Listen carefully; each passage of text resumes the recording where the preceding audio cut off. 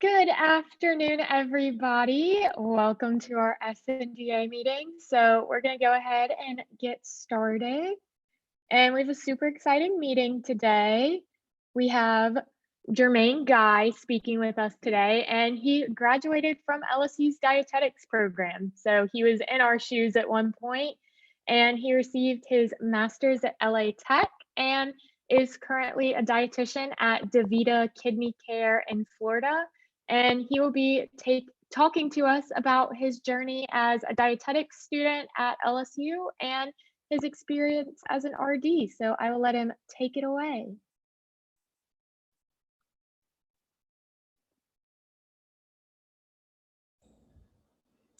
All right. Can everybody hear me? Yes. All right. So like you said, my name is Germaine, and I'm a registered dietitian. I've been a dietitian for about 7.5 years. So I'll kind of get started into what got me into the field. And so basically, I didn't really know what a dietitian was until I got into college. But like in high school, I was always into sports and lifting weights and working out. So I just started reading fitness magazines and being on a football team and lifting weights.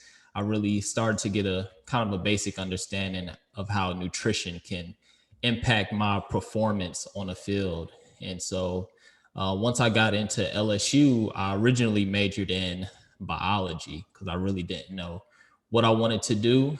And I didn't really like that. I found that out in like the first 2 weeks of college. And then I was kind of looking at different majors in which I can get into. And I saw that I can major in nutrition and dietetics. And I thought, I've heard of the term nutritionist. I thought all nutritionists just worked with athletics.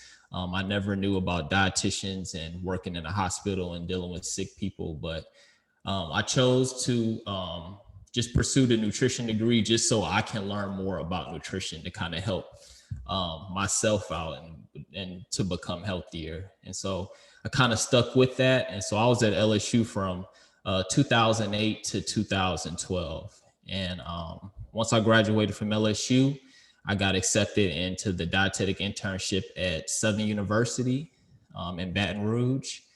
And so I did that internship. And right after completing that internship, I got my first job as a diet tech at Our Lady of the Lake Hospital. And then 2 weeks working as a diet tech, I got promoted to a clinical dietitian.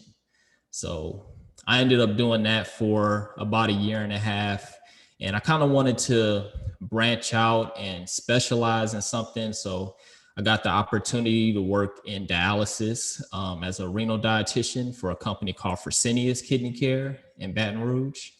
And so I did that for about 5 years. And then I kind of just, I don't know, I guess I wanted to move on and kind of do something different, leave Louisiana just to see what was out there. So I just started looking for different jobs. I wanted to go into sports nutrition, but I wasn't able to land a job in that. But I did land a job at a VA down here in South Florida. I currently live in Cape Coral, Florida.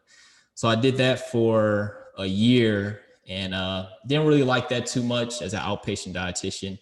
And so I knew that I want to kind of go back into working in dialysis and specializing in kidneys. So I started working at a new company called DaVita Kidney Care this past December. And I've been doing that ever since. And to kind of go back, while I was working at Fresenius, my first job as a renal dietitian, that's when I decided that I wanted to go back and get my master's degree. So I think I attended Louisiana Tech December 2015, and I graduated, I think, March 2008. And I really didn't need to go and get my master's degree, but my job had tuition reimbursement. So they were reimbursing me $4,400 a year to go back to school. And so once I did that kind of calculations and working 40 hours a week, working full time, I was able to pay off my graduate degree without having to take out any loans and stuff like that. So I was like, I might as well take advantage of the opportunity. So I ended up getting my master's degree in nutrition. And so that's basically, in a nutshell, my career so far from like a professional standpoint. All right. You have to tell us all about your YouTube and how that got started. Yeah. Okay. And so kind of on the side, I have a YouTube channel. Also have a Facebook group, just to help, basically to help students and interns prepare for the RD exam. I think currently I have like about 4,000 members to that. But the YouTube thing started out probably like 6 or 7 years ago. It actually started out as a fitness channel, and where I would just kind of talk about fitness related topics and post like my workouts. And while I was a dietitian, I really wanted to do sports nutrition. So I was like, one way in which I can get my foot in the door is to become a personal trainer. And so I did research on the different personal training, I guess, certifications that I can get. And so I decided to do to get my personal training certificate with the Academy of Sports Medicine. And their test was really hard. And it was basically as hard as the RD exam, but I had no resources other than a textbook that they provided. So I had no study guides, no notes. I couldn't find anybody that took the exam to kind of help me out. And so I told myself, if I pass this exam, I'm going to do a video right after to kind of tell people how the exam was, what kind of questions and things like that. And so when I made that video, I got a lot of good response. For a long time, that was my most viewed video. And so I was like, maybe I should make a video kind of like that, but how to pass the RD exam and my experiences. And so when I made that video, I got a lot of good responses. And then I just started making videos just to help nutrition students and dietetic interns, just kind of going through the whole process to become a dietitian, because I felt like it wasn't a lot of information out there. And I kind of wanted I wanted to help students make the best choice before they get too far into it and then realize maybe this isn't what I want. And just to kind of cover every topic, just so y'all can make the best decision for y'all future.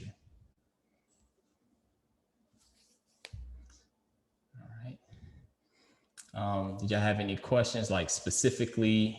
Do you want me to like kind of go into like my different jobs and how they're similar and how they're different?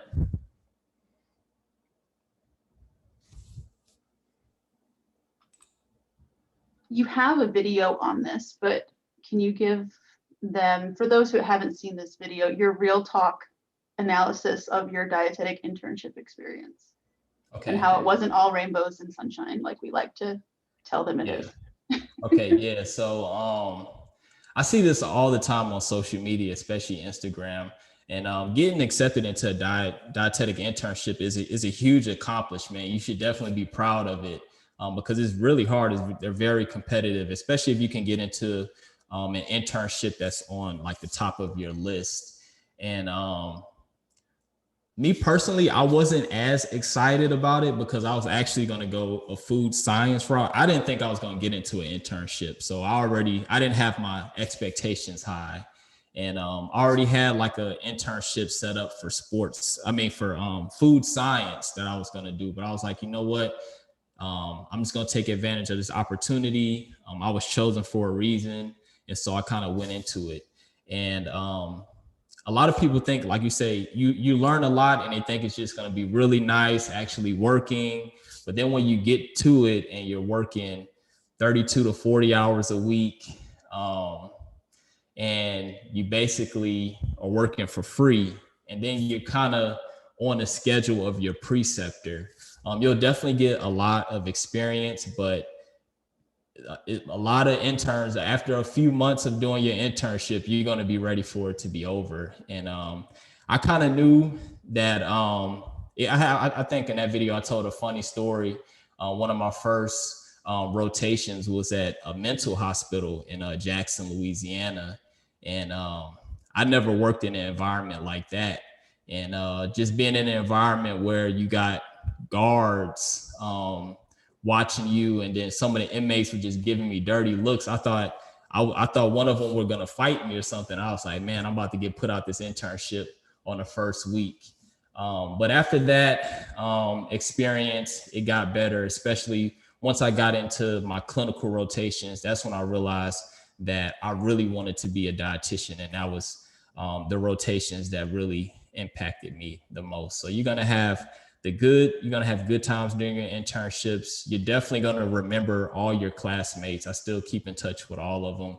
You'll still share those memories, but it's not all peaches and cream. And you're definitely gonna get to points where it's gonna stress you out. You may get to points where you feel like quitting. But you just got to go through it. Everybody goes through it, and it's only like a year. So. All right, we have some questions in the chat. We have one from Andy. What is a typical day like for you at your current job? Okay, that's a good question. So working in dialysis is very unique compared to other areas of dietetics. So I've worked in clinical, I've worked in outpatient and dialysis. And dialysis, like if you go from working in a hospital, going to dialysis is a huge change, and you really have to adapt to it. So basically, I do have a lot of freedom. Firstly, I work Monday through Fridays. I never have to work weekends.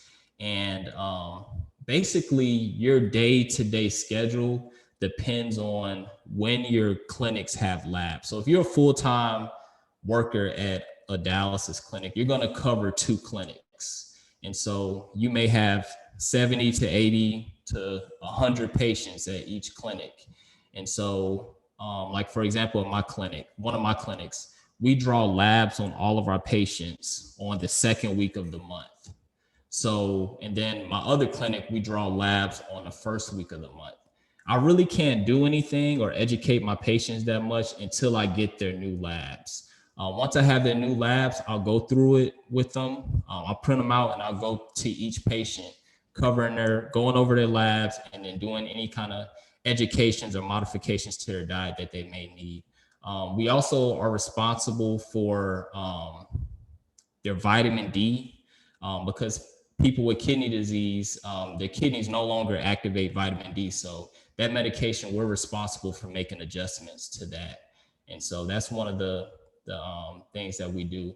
And also you work hand in hand with doctors and nurse practitioners. 2 times a month, they come and round on patients. So you're there going from patient to patient and kind of making adjustments need be. And then you also have to do monthly assessments on patients, initial assessments, 90-day assessments, and things like that. But one good thing about working in kidney disease or dialysis is you're really flexible. So you don't really have a set time that you have to come in or time that you leave. Kind of now, if we can go into like a hospital setting, which most dietitians work in, basically you're going to be assigned to different floors in a hospital, whether it's like a cardiac floor, an ICU or whatever. And you'll have patients on those floors where they'll trigger for, you'll see the people that are at nutrition risk, and they'll trigger every day. So if you have a patient that's on tube feeding, you have a patient that's been NPO, which they're not feeding them for like more than 3 days, or have significant weight loss or malnutrition, you'll get that trigger, and that's who you have to see within that day. Or if you have a consult on teaching like a diabetic diet, and then basically you see those patients, you have, depending on the level of nutritional risk, you may have 24 hours to see that patient or 48 hours. And then once you do that, you set your reassessment. So clinical is pretty standard. You don't really know what you're gonna get, but you have the same floors, and you probably see like the same type of stuff.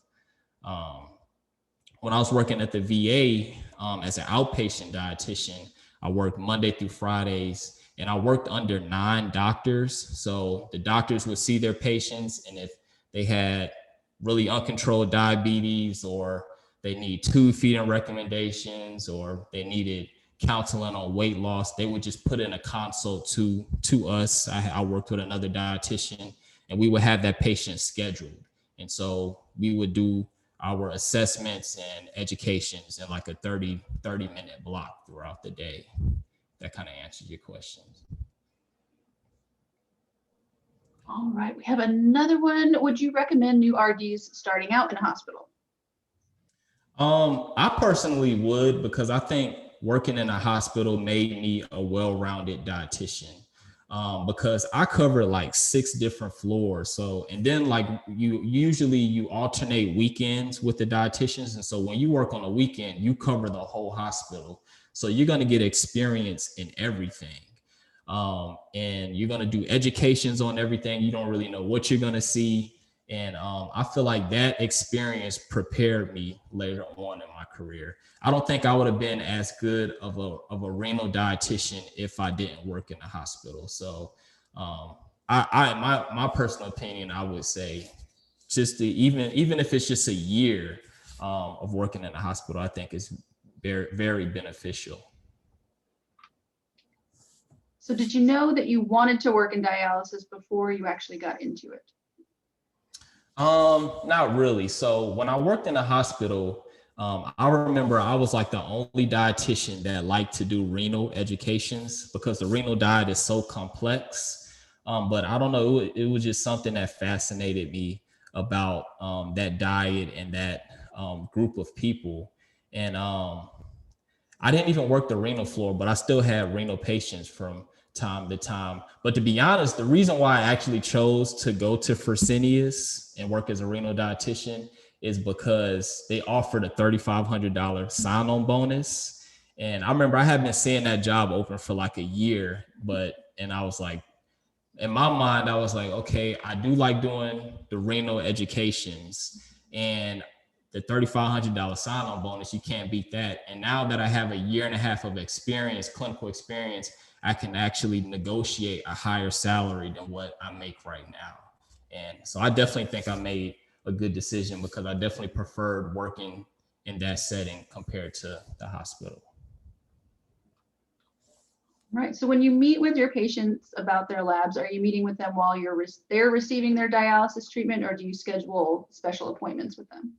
Okay, so that's a good question. So most dietitians work at hemodialysis clinics. So the patients actually go to the clinic and receive their dialysis treatments there, whether they're usually on a machine 3 to 4 hours. So I have one clinic like that. And so, yes, I go while they're on dialysis, and I go right up to them in their chair and I go over their labs, and that's why I do my assessments and everything like that. I also work at what's called a home clinic, to where I see peritoneal dialysis patients as well as people that do home hemodialysis. So they do all their dialysis at home. The only time they come to the clinic is like twice a month. So the peritoneal, they come the first week of every month to draw their labs, and then they come back again when the doctor comes for rounds. And the people that do home hemodialysis, they only come once a month, and that's just to see the doctor because they draw their labs at home and they mail it off themselves. So in my home clinic, a lot of my assessments, probably half of my assessments are probably done over the phone because I just can't get to them, especially if I have conflicts with my other clinic. Like if I have rounds at my in-center clinic, and then like that patient is at the other clinic receiving labs, and I just can't be at 2 places at one time. So that in that case, I would like talk to them over the phone. All right. So did you feel that you were prepared to be a clinical dietitian from your internship experience at Southern? I definitely was, because I was fortunate enough. It's different now that Our Lady of the Lake has their own internship. But when I was at Southern, we did 4 weeks of food service at Our Lady of the Lake, and we did 6 weeks of clinical at Our Lady of the Lake. And because my clinical rotations took place in the spring at Our Lady of the Lake, so basically once I finished the internship, I already was working there. I already had the experience, I already knew their system, their software. And so it was real easy for me to come on board and to start off as a clinical dietitian.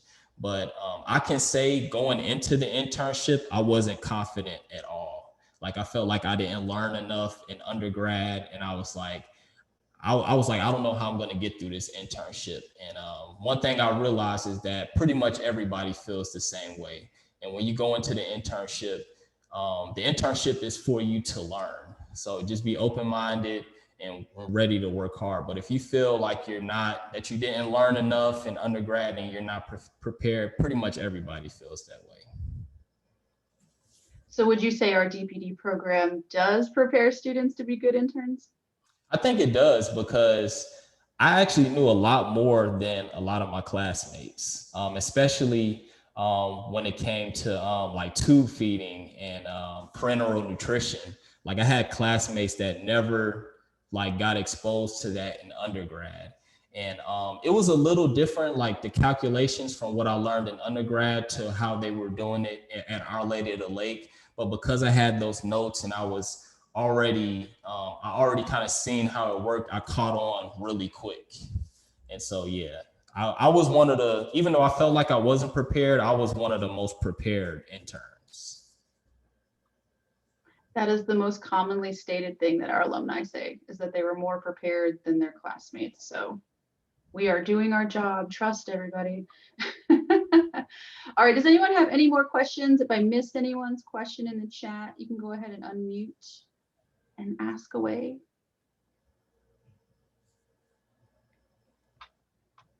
I might have missed it. Are you working on your renal certification, or did you already take that test? Yeah, I got that. Was it last year? No, not 2 years ago. So I've had it for 2 years. And so I'm board certified in renal nutrition. So how was it preparing for that exam as opposed to the RD exam? Okay, so that exam was actually a little bit easier because I worked in dialysis. So I always tell people I wouldn't take that exam unless you work in a dialysis setting, like a clinic. Like if I took that exam working in a hospital, like even if I was at Our Lady of the Lake and I covered the renal floor, I wouldn't be prepared for it, because it's not just about the nutrition aspect that they test you on. So when you were like kind of working in a hospital, that's all I focused on was like renal educations and stuff like that. But once you transition to actually working in a dialysis clinic, you learn a lot more outside of nutrition, especially because you work very closely with the doctors, nurse practitioners, and nurses. I was able to understand the different modalities of dialysis, understand how the machines work. I had a better understanding of the labs because for those of you who are in medical nutrition therapy, you're going to learn how to read labs. Like reading labs is something that you do as a dietitian. And as a renal dietitian, we're responsible for albumin, calcium, potassium, phosphorus, parathyroid hormone levels, fluid gains. And you have to know, okay, if a patient's parathyroid hormone level is elevated, what do you do to correct that? If their calcium is elevated or if it's too low, what can you do to correct that, even if it's not from a nutrition standpoint? And so you have to know all that stuff and be able to problem solve. And you're also going to be tested on pediatrics, transplants, all the modalities. But I was pretty prepared for it. Kind of like the personal training exam, there wasn't any real concrete study materials. Like the CDR had like a list of different resources, but it wasn't anything concrete.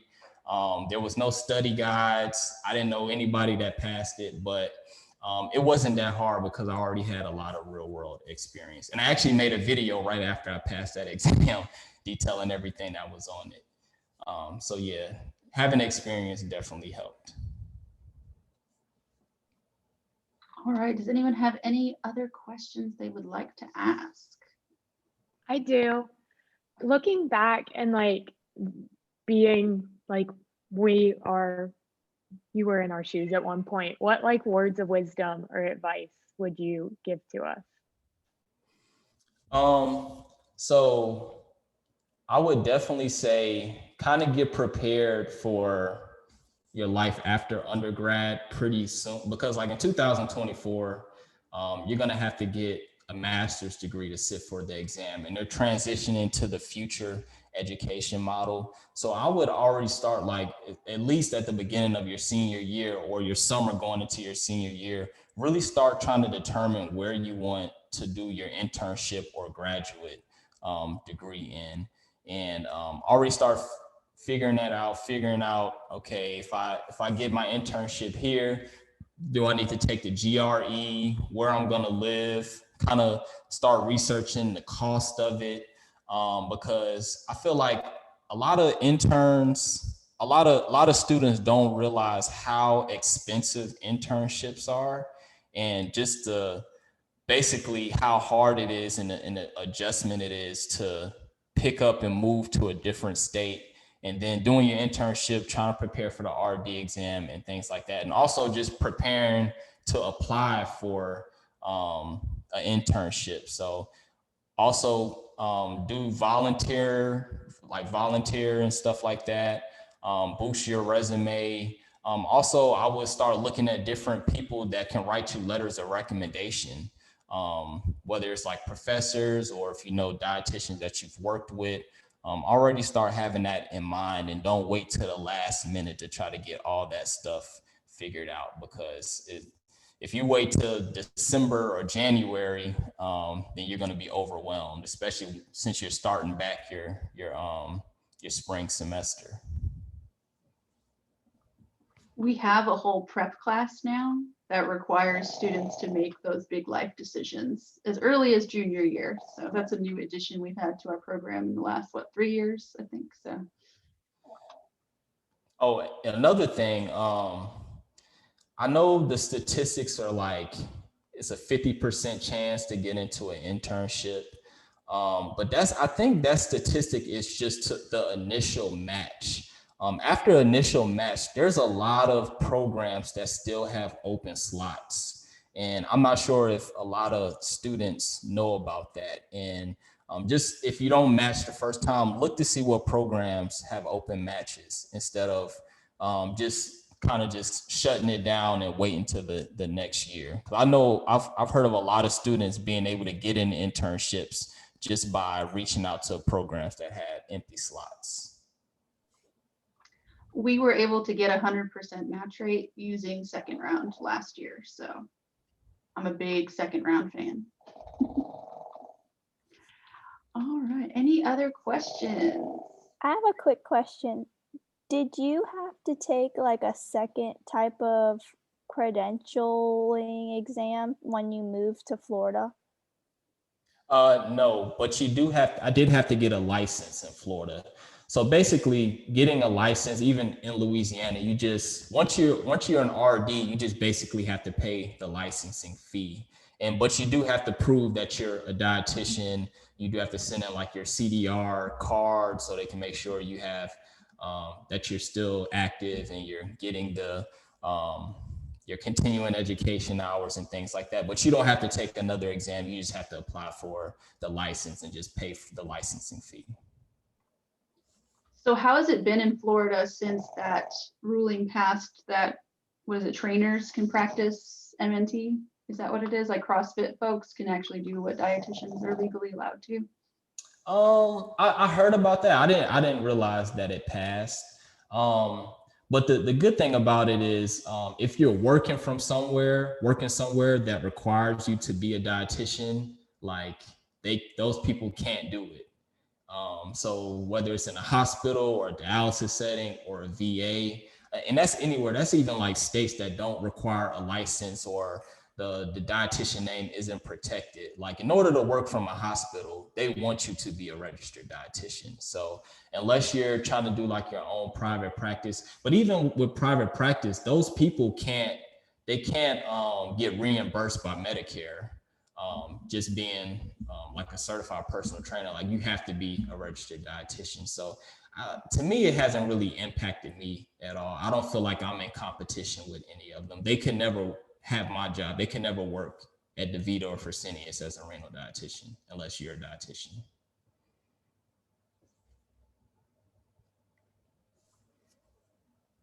All right, any other questions?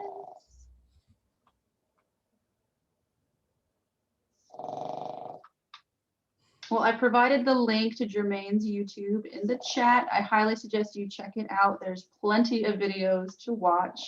Thank you so much for joining us. It was awesome. Please join us again in the future. Yeah, and if any of y'all like want to reach out to me like privately, I don't know, my email and like the names that I use on social media is pretty easy. It's Eat Right Guy, just all one word. That's on like YouTube, Instagram. My email address is eatrightguy@gmail.com. I get students asking me questions all the time, so I have no problem answering them for you.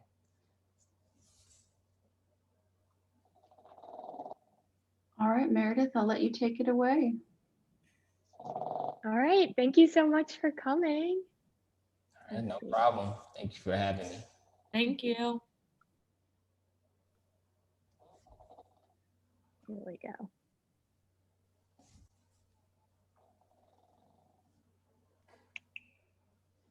All right. So just some reminders, the Going All In podcast is still going on. And I believe the calendar is in our Google Drive. So you should check that out, especially if there's a program that you're interested in and they might be on there. And if not, reach out to Dr. McKinley because I'm sure that she would love to have them. Make sure to log all your service points and also Tiger to Tiger mentoring. Checking in with your mentor, mentee, and filling out the form at the end of the month. Brand, it's only $5 to join from now until July. What a great deal. You should go do that.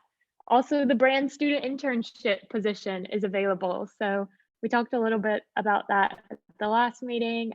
Andy's the current one. I don't know if she has anything that she wants to say about that.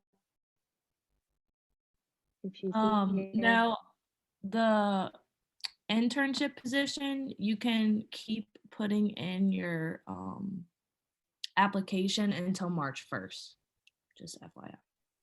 Yeah, we're probably going to extend that until I actually get an application. So I might have to do a little like Instagram live one day to talk about how awesome the position is to maybe encourage some of you. Maybe I'll take over Instagram and talk about that position. So I'm still looking for folks to apply. Great opportunity, great thing to boost your resume. And always looking for those opportunities. And then LSU College of Ag Alumni Speaker Series. So this Friday, Ken West, who is the CEO for the Regional Medical Center of San Jose, is coming to speak. So there's the Zoom link. And I think you should have also gotten an email from the College of Ag, but it's going to be super interesting. He's a graduate of the dietetics program here at LSU. So always fun to listen to all your options for when you leave here. And then board elections.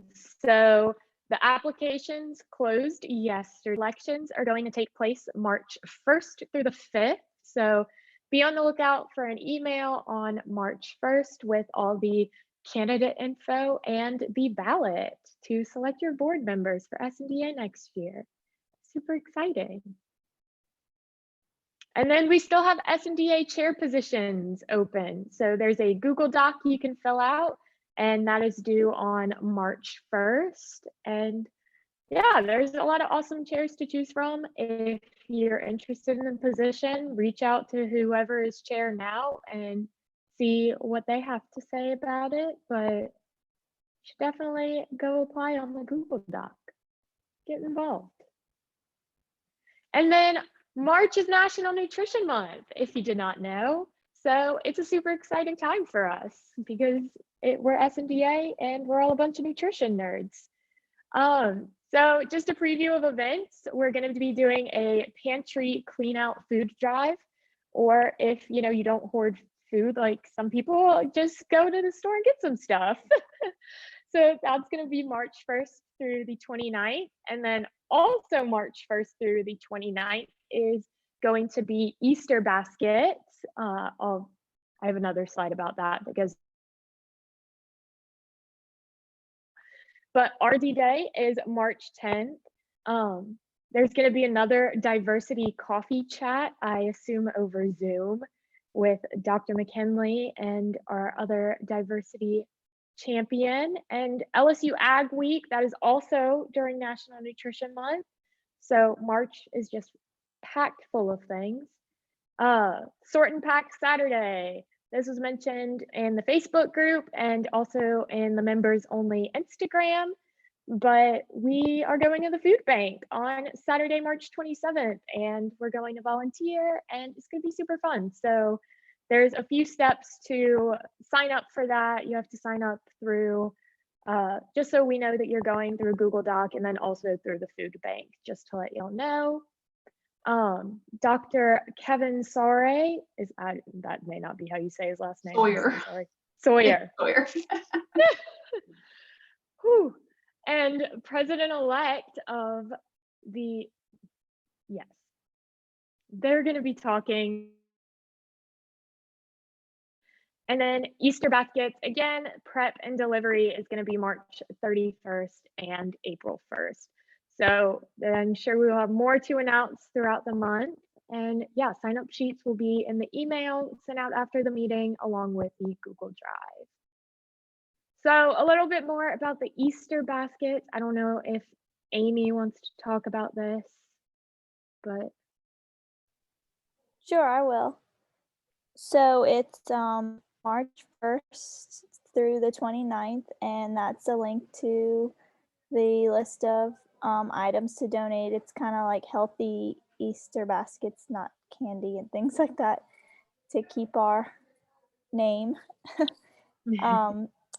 And so you can help assemble on Wednesday, and that'll be in the afternoon, and Thursday will be the delivery in the morning. And there's going to be a sign up on the Google Drive, and donations can go to Dr. McKinley's office, or you can Venmo the SNDA Venmo, and then $5 or 5 items is a point, and that there's a gift card incentive to the person that gets the most points.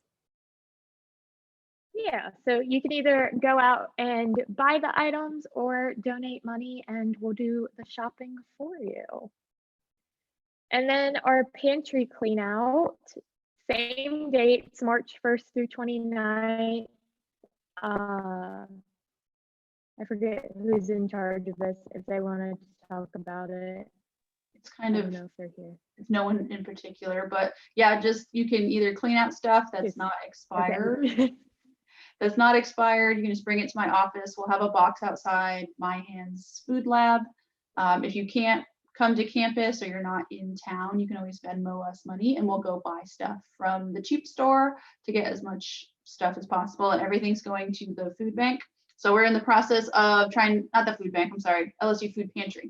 So we're in the process of figuring out the day that we're going to deliver that. And we're trying to set it up to where maybe we can arrange like an hour service project just to kind of put everything away.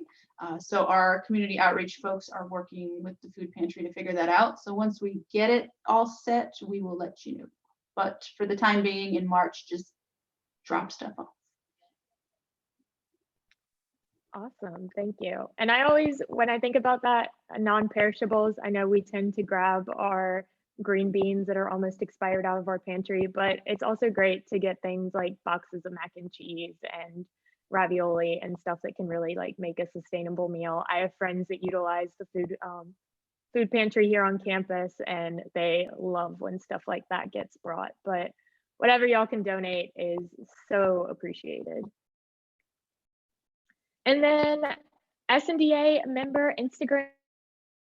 So you may have seen this a little bit last week as well with our officer team and our chairs. But if you want to take over the Instagram for a day, let Dr. McKinley know. There's going to be a sign up sheet in the Google Drive, and we'll schedule members throughout March to take over. So celebrate National Nutrition Month, and you can share what you do in the day of a life as a student, or if you volunteer somewhere super cool or have a job we would love for you to share it on our Instagram. Y'all are all doing amazing things, and I want to hear about it along with everybody else. And then Ag Week. So this is March 15th through the 19th. And the theme is food brings everybody to the table. So how perfect for us. So just a few events that the College of Ag is hosting throughout the week. On March 15th, they're going to be doing a reverse tie-dye from in front of in the Blake Hall green space from 3 to 5. So I think that's that trendy TikTok thing where you use bleach to like reverse tie-dye clothes. I don't know, sounds fun. And then March 16th is going to be a virtual speed networking. March 17th is a plate smashing that's going to be in the quad. March 18th is a virtual law/vet school info session. And March 19th, there's going to be an alumni speaker and the Ag Awards. So that will be super fun. And I think there's more information on the College of Ag website, and I'm sure they will also bombard all of us with emails when it gets closer. So just keep an eye out if any of that interests you. And congratulations to our 2021 senior DICAS and D&D scholarship recipients. They are amazing. Glad that that stress is over with, and now you just have to wait. I'm so sorry. But y'all are doing amazing. And then member of the month, shout out to Shelby. Woo! She doesn't know. Hey! Yay! Shelby's our member of the month for February. So Shelby, send Caroline some of your favorite reasons why you love SNDA, and a different picture if you want a different picture on your social media post. Okay, thank you. Shelby was chosen this month. I meant to do this a while ago, but I was like, there's a lot of people doing great things in the fall, but whenever we have donation stuff, she drops off like a ton of stuff. So I always appreciate that. So she's a donation rock star. She's our member of the month for February. So if you want to be March or April's member of the month, be doing the volunteer things, logging, participating in National Nutrition Month stuff, everything on the calendar that's posted in the Google Drive is up for points. So you can log if you went to a talk, you can log if you volunteered, you can log if you went and just did anything that was on that calendar. I don't care what it is, because it's your last chance in March to be getting as many volunteer points as you can, because in April, around the first week of April, I shut that down to figure out who's going to get awards for the year. So the gold, silver, and bronze service awards. And I based that solely off of volunteer log, and then what I've logged for your donations and raffle tickets and all kinds of stuff throughout the year. So it's kind of your last month and a half to be getting stuff done, so you can try to win one of those awards this year. But yay, Shelby.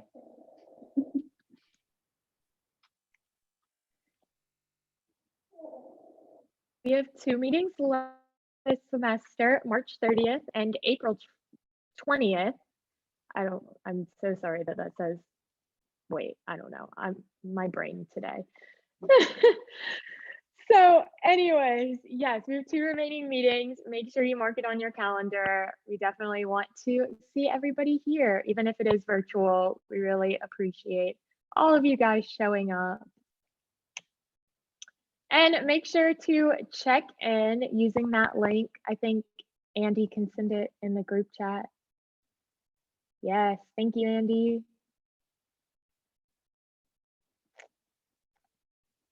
Also, I don't know if any of you saw the Super Bowl halftime show, but I really liked this meme. It made me remember about Food Lab with Miss My Hand. So hope it puts a smile on your face. And last but not least, follow us. If you haven't heard, we have a new Instagram. It's a members only Instagram. It's at SNDA at LSU members. So kind of like our private Facebook group, all of the stuff that gets posted there will be posted in the members only Instagram, but since Facebook is apparently not the youngins, we have also got an Instagram. So make sure you go follow. And that's all I got for y'all today. Yeah, if any of our chairs or other officers have anything they need to add, feel free to do so.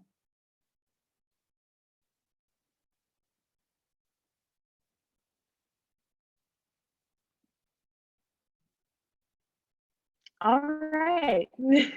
Well, y'all have a great evening. Go make some dinner and enjoy the rest of your day. I know midterms are coming up, so I'm definitely thinking about all of y'all and hoping for the best. So thanks for coming. Bye. Thank you all.